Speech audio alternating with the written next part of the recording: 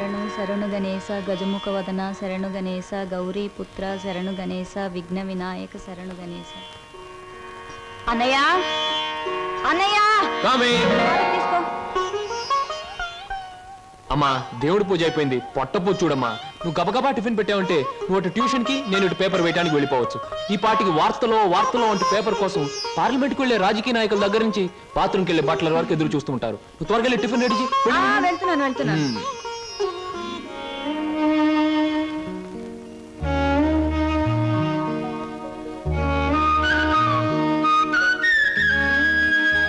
చెల్లాయ్, మన కోసం సరోజు ఒంటరిగా ఆగిపోయింది.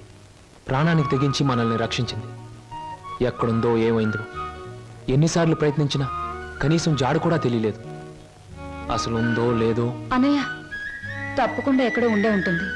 ఏదో ఒక రోజు మనకు కనిపించి తీరుతుంది. అర్జెంటే నన్ను వదలవే, కడుపులో గందరగోళంగా ఉంది. ఇదిగో వెళ్ళొచ్చిన తర్వాత నీ ప్రశ్నలన్నిటికీ తీరిక సమాధానం చెప్తాను. నేను మర్చిపోతానండి. నాకు సమాధానం చెప్పిన తర్వాత మీరేమైనా చేసుకోండి. ఎన్టీ రామారావు నటించిన మొదటి చిత్రమేది, రంగుల చిత్రమేది, రాజుగా నటించిన చిత్రమేది, పేదగా నటించిన చిత్రమేది, దొంగగా నటించిన చిత్రమేది, విలన్ గా నటించిన చిత్రమేది, ఏ చిత్రం ఎన్ని రోజులు ఆడింది, అందులో ఫెయిల్యూర్స్ ఎన్ని, సక్సెస్ ఎన్ని చెప్పకండి చూద్దాం.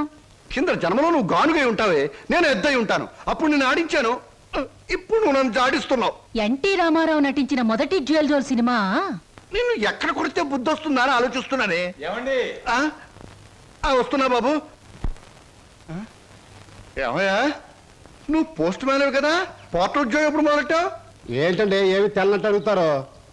మీ ఆవిడ రాసి పంపించిన పాటలు తిరిగి వచ్చేసాయి. ఆహా, అయితే ఈ నెల కూడా పొయ్యిలోకి పుల్లలు కొనక్కర్లేదన్నమాట.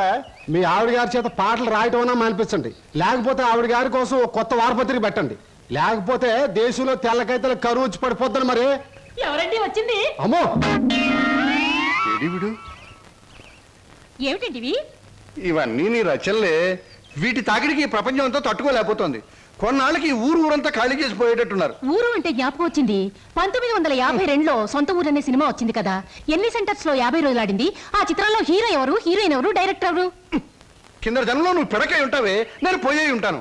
అప్పుడు నిన్ను కాల్చాను, ఇప్పుడు నన్ను కాల్చు తింటున్నావు. ఏంటండి? ఇటు కాదు, ఇటు పోతాను. పిన్ని, మళ్ళీ ఏమిటో. ఏమిటి పిన్ని, ఏమిటి గొడవ? లేదురా, ఈ మధ్య ఎవరికి సినిమా పరిజ్ఞానమే ఉండటం లేదు. అదే నాకు చాలా బాధగా ఉంది. ఇదిగో లోపలికి వెళ్ళటానికి వీల్లేదు. ఇక్కడే పడి ఉంటానే. నాగయ్య గారు హీరోగా ఉన్నప్పుడు మా అమ్మ, రామారావు గారు హీరోగా ఉన్నప్పుడు మా అమ్మ ఎన్నో తెలుగు చలనచిత్ర పాఠ్యగ్రంథాలు రాశారు. నేను ఇప్పుడు ఒకటి అలాంటిదే రాద్దాం అనుకుంటున్నాను. ఎవరు పట్టించుకోవటం లేదురా. పిన్ని, నువ్వు ఎవరిని ఏం అడగకూడదు. అడిగితే నీకు తెలిసిన విషయాలు వాళ్ళు ముందే తెలుసుకొని నీకంటే ముందే వాళ్ళు బుక్ రాసేస్తారు. అందుకని నీలోనే ఉంచుకో. నీకు ఒకటి తెలుసా, నీ బుక్ కవర్ పేజ్ బొమ్మ బాపు గారి చేత వేస్తున్నాను. ఫ్రంట్ పేజ్ ఏమిటో తెలుసా? ఏమిటి? రమ్ పమ్. చాలా బాగుందిరా. బ్యాక్ పేజ్ మీద సుత్తి కూడా వేయించు, రాంగ్ ముదిరిపోతుంది. మీరు ఊరుకోండి. నా బాబే, నువ్వు ఒక్కడవేరా నన్ను అర్థం చేసుకున్న వాడివి. ఇంకెప్పుడు ఎవరిని ఏమి అడగను, మిమ్మల్ని తప్ప. ఒరే, అంతా బాగానే మేనేజ్ చేసేవరా, కానీ నన్ను మాత్రం బతికించలేకపోయావు.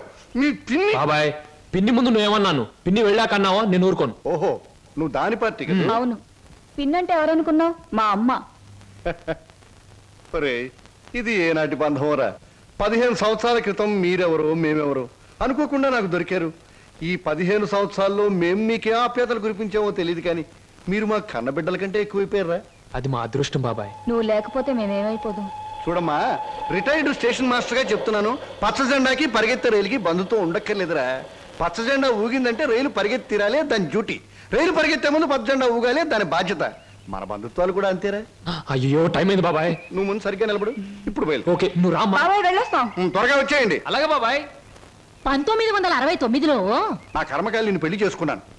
ఎక్కడికెళ్తారు? ఇప్పుడు ఆపేమంటే చంపేస్తాను. అమ్మా, పేపర్.